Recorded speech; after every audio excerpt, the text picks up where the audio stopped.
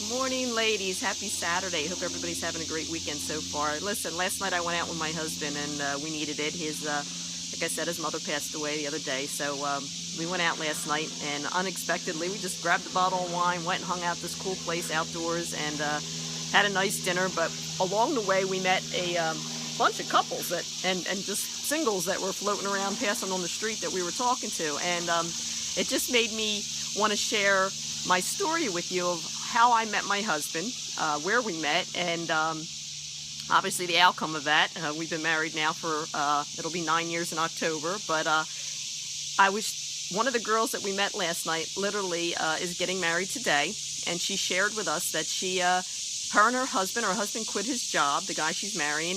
She's a school teacher here in Pennsylvania in Manayunk, and she literally is taking a sabbatical for a year, and her husband are packing backpacks and going to go tour the world for the next year to come.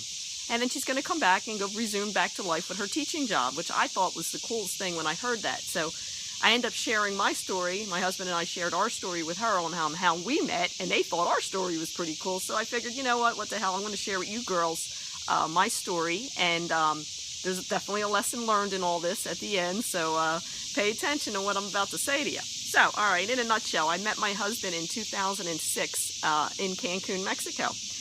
Ironically, I was there in February of 2006 with my children, and for some strange reason, I came back again 3 months later with my girlfriend. Just my girlfriend and I and Carol went, and so the chances of me being in Mexico twice in a 3-month span is that alone is pretty strange. But anyway, I get to Mexico. My girlfriend and I arrive in our room, and we had ocean view windows. Okay, so I open up the curtains in the room, and we're waiting for our luggage. And I look out the window, and I see this little man down there at the pool. Pretty buff guy. I could tell he was built, bald. And I was like, And I said to my girlfriend, I said, jokingly, I said, I'm going to be locking lips with that guy by tonight. And my girlfriend laughed at me, and she says, don't start, we just got here. Oh my God, old lady, knock it off. So, long story short, put on our bikinis. I had a fluorescent orange bikini on at the time. Went down at the pool, and I see him, and he's there actually by himself, because I'm thinking, man, he's probably obviously there with another woman. Well, he wasn't. He was there by himself, vacationing. He's from Massachusetts. I walked by him about 100 times, and he did not pay any attention to me whatsoever. So I'm like, you know what? Drastic times seek drastic measures. He got out of the pool. Now, mind you, my husband is a pretty well-built guy, but he was covered in tattoos, and he's got body piercings everywhere. Okay? Boop, boop. Okay, that's just two of the places. Anyway, so I was like, you know what? And this is totally out of character for me, but I figured, you know what? I got to get this guy's attention, because he's not even looking in my direction. I walked up to him and I said, hey, can I bit your nipple? And he went, sure, go ahead. So I bit his nipple, and I walked away from him. Again, totally out of character for me. So I gave a little tug, walked away, and I figured if that didn't get his attention, I don't know what will. So needless to say, my husband, well, then at the time wasn't my husband, came looking for me. And here's the funny part of our Mexico story. Everybody thinks I got laid in Mexico. No, I didn't. Nothing happened. I actually sat outside with him till 2 o'clock in the morning by the pool. Everybody went to bed. We hung out that night. We met all these people from all around the world. We laughed like there was no tomorrow, and the joke was I kept patting him on the head saying, silly man, you're coming to Pennsylvania to marry me. And he would respond back with, you're loco, I don't even like you. He kept telling my girlfriend, your girlfriend's nuts. She keeps saying I'm going to marry her, and I'm like, you're coming to Pennsylvania to marry me. When you know, you know. Now let me fast forward the story. He was already there all week, so he was leaving the next day. I just arrived. So that night that I met him, he was actually leaving the next day. So the next morning, I see him outside. Now, let me back up a second. The night that I met him, 2 o'clock in the morning, up the elevator we go. Not even a kiss, not even a nothing, see you later, it was nice meeting you. We swapped phone numbers, and the next morning I saw him outside because he was getting ready for the bus to pick him up.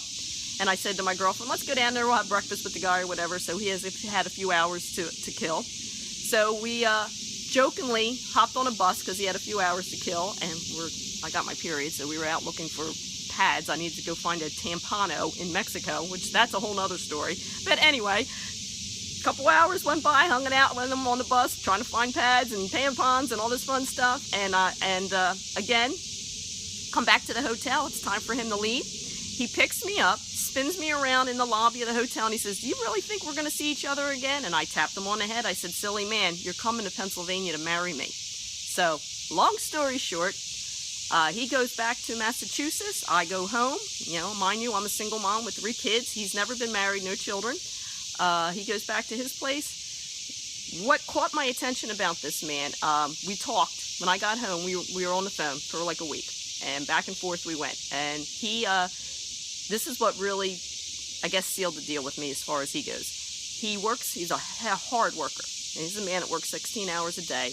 He was a trash man, mind you, okay? And there's going to be another moral of the story of that too. Works a 16-hour day in Massachusetts. We're on the phone talking, and he says to me, "Hey, what do you think if I told you I was already halfway driving to Pennsylvania to see you?" I was like, oh my God. Dropped the phone, told my kids to get lost for the night. Now, mind you, I'm a very strict mother and this and that. I'm like, everybody get out of the house. You all got to buy tonight. Go do whatever you want. Call the ex-husband, sleep. Everybody just get the hell out of here, because if you didn't get laid in Mexico, guess what? It's going down tonight. But anyway, that's another story. And I obviously can't share that on video. But needless to say, he drove up. We hit it off very well. And he went home. 2 weeks later, I fly to Boston. We flew back and forth with each other. Within 1 month, now my husband had a beautiful house right around the corner from the ocean in Massachusetts.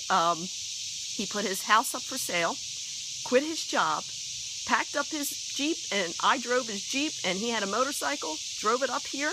Mind you, my family thought I lost my freaking mind, okay? We were engaged within 2 weeks. He actually proposed to me, dropped down on the middle of the street in front of my girlfriend's house and said, "Hey, listen, I'm about to call your bluff. You gonna marry me?" And I patted him on the head and I said, "Silly man, I told you you were coming to Pennsylvania to marry me." He drops this beautiful ring on my finger here, and the rest is history. We lived together for close to 17 months. We got married. I had a beautiful country club on the golf course wedding, you know, fairy tale wedding. And that was 10 years ago. So, ladies, the moral of the story here is I typically would have not have went with a guy that even physically looked like him.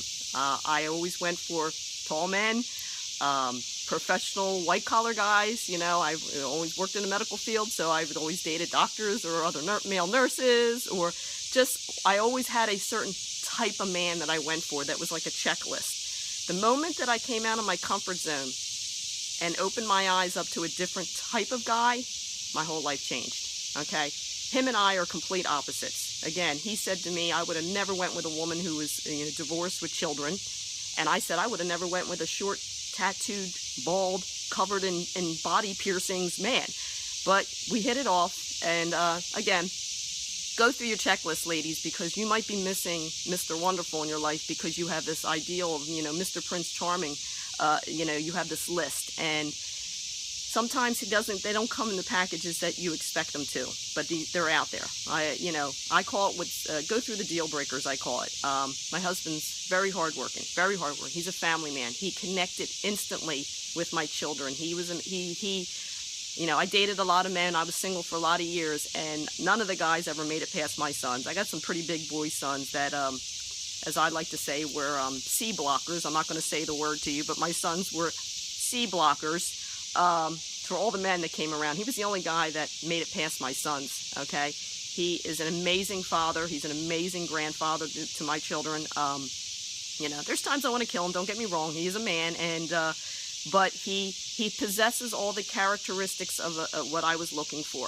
Again, he's, you know, hardworking, he's loyal, he's a family guy. He puts me and my children on a pedestal. He instantly connected with my family, and he's here. And he packed up everything and moved to Pennsylvania, and, you know, we've created a beautiful life here where we're living. So, moral of the story, ladies, is don't, you know, if you got rose-colored glasses on or whatever you want to call it, as far as when you're trying to find a man, look in a different direction than you typically might. You know, you might be passing up a lot of nice guys because of physically what they look like, or their profession, what they do for a living. And you're passing up some good guys that are out there. You know, the moment that I changed my criteria, what I was looking for, and I found it in this guy who didn't come in the package. You know, my mom learned a big lesson when she first set eyes on my husband. I thought she was going to die. She was like, oh my God, the tattoos and this and that. Well, you know what? My mother was the first one to admit, don't judge a book by its cover, because her and my husband now have a relationship that is ridiculous. I mean, she absolutely loves him and he loves her. And, you know, as far as my children and my family and everything goes, he fits with us. And so, again, ladies, that's my story in a nutshell, my little love story. I know, first 10-minute video I made here, but I just want to share that with you. Just get out there. You know, sometimes when you're not looking for something, it finds you. But at the same time, you know, change what, you know, I hear a lot of women complaining that I can't find this guy. Well, go through your list, and, you know, you're trying to find that perfect guy to fit, you know, every single thing. He might be in another package that you're not expecting. So come out of your comfort zone. Look for a guy. Like I said, I would have never thought I'd be married to a, you know, 5'7", covered in tattoos, body pierced. We removed some of them piercings, by the way. They're all gone. I've taken all the piercings out. But anyway, he's a good guy. And he might look like a hardcore Harley biker dude, and he's not. He's the biggest little teddy bear that there ever was. But change who you're looking for, and you might find them. And that's it, ladies. That's my love story in a nutshell. And you know, we're gonna be celebrating 9 years married coming up in October. We got married on Friday the 13th. Go figure. And that's it. So if you've got a good love story you want to share, I want to hear it, because I'm always up for hearing a good love story of I want to hear how you ladies met your men, and what's going on in your life today. And share with us, girls, because like I said last night, it was cool hearing this girl's story about what she was about to do with her husband, that they're going to travel the world together, you know, spontaneously quit their jobs and take off and go travel the world. So, God, I would love to do something like that. But me, Maul here, I'm here. So, anyway, ladies, I could keep rattling on forever, but I got things to do today, and I hope you all have an amazing Saturday, and I want to hear your love story, so share with us. All right, peace out, ladies.